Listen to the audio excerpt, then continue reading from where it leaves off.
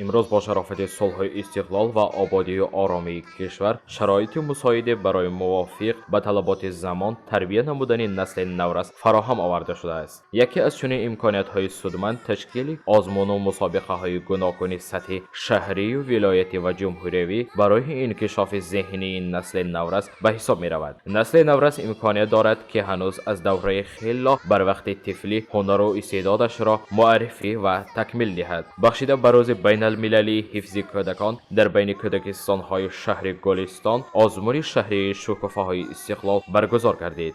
با اقدام ریاست فرهنگ ولایت و کتابخانه ولایتی بچگانه به نام امینجان شکوهی با مقصد رشد و کمالات کودکان، تربیت شخصیت‌های سطح بلند اخلاقی، افزون نمودن دنیای پرخناوت معنوی، فکر و جسم سالم، شناسایی با کتاب و کتابخانه بین تربیت گرندگان کودکستان‌های شهر و نواحی ولایت آزمون ولایتی شکوفه‌های استقلال برگزار نمود. آزمون از روی شرط‌های معرفی، قرائت شعر از اشعار بچگانه شاعر خلق تاجیکستان امینجان شکوهی بخشیده به 100 سالگی شاعر، معمای رقم‌ها، نقل افسانه آب و نمایش صحنوی بخشیده به اعلان گردیدن سال 2025 سال بین المللی حفظ پریخ‌ها، رقص، سرود کودکانه و غیرها گذرانیده شد.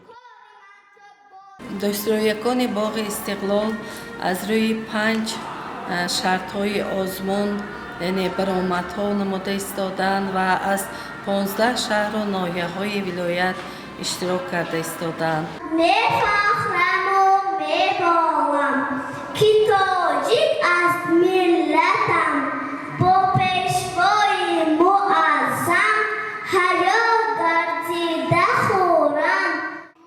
این آزمون با مقصد عملی گردانی برنامه دولتی آموزشی مقصدناک رشد علم‌های ریاضی دقیق و طبیعی برای سالهای 2021-2025 و برنامه دولتی تکمیل و آموزش زبان‌های روسی و انگلیسی در جمهوری تاجیکستان تا دوره سال 2030 بخشیده بر روز بین المللی حفظ کودکان دایر نمود. در نتیجه برگزاری هیئت حکمان شاه جایزه نصیب آسیه خان مرادزاده تربیت گیرنده کودکستان رقم 3 شهر گلستان گردید. جای اول را محبوبه عبدالله زاده تربیت گیرنده شیرخوارگاه کودکستان رقم 33 شهر خوجند، مقام های دوم را یاسمین اکبرزاده تربیت گیرنده کودکستان رقم 1 ناحیه ظفرآباد، زینه سیوم را مریم خان ستارова تربیت گیرنده کودکستان رقم 18، نیگینا سعیدova تربیت گیرنده شیرخوارگاه کودکستان رقم 13 شهر بوستان، بلال احمدزاده تربیت گیرنده شیرخوارگاه کودکستان رقم 6 ناحیه مسجد به دست آورد.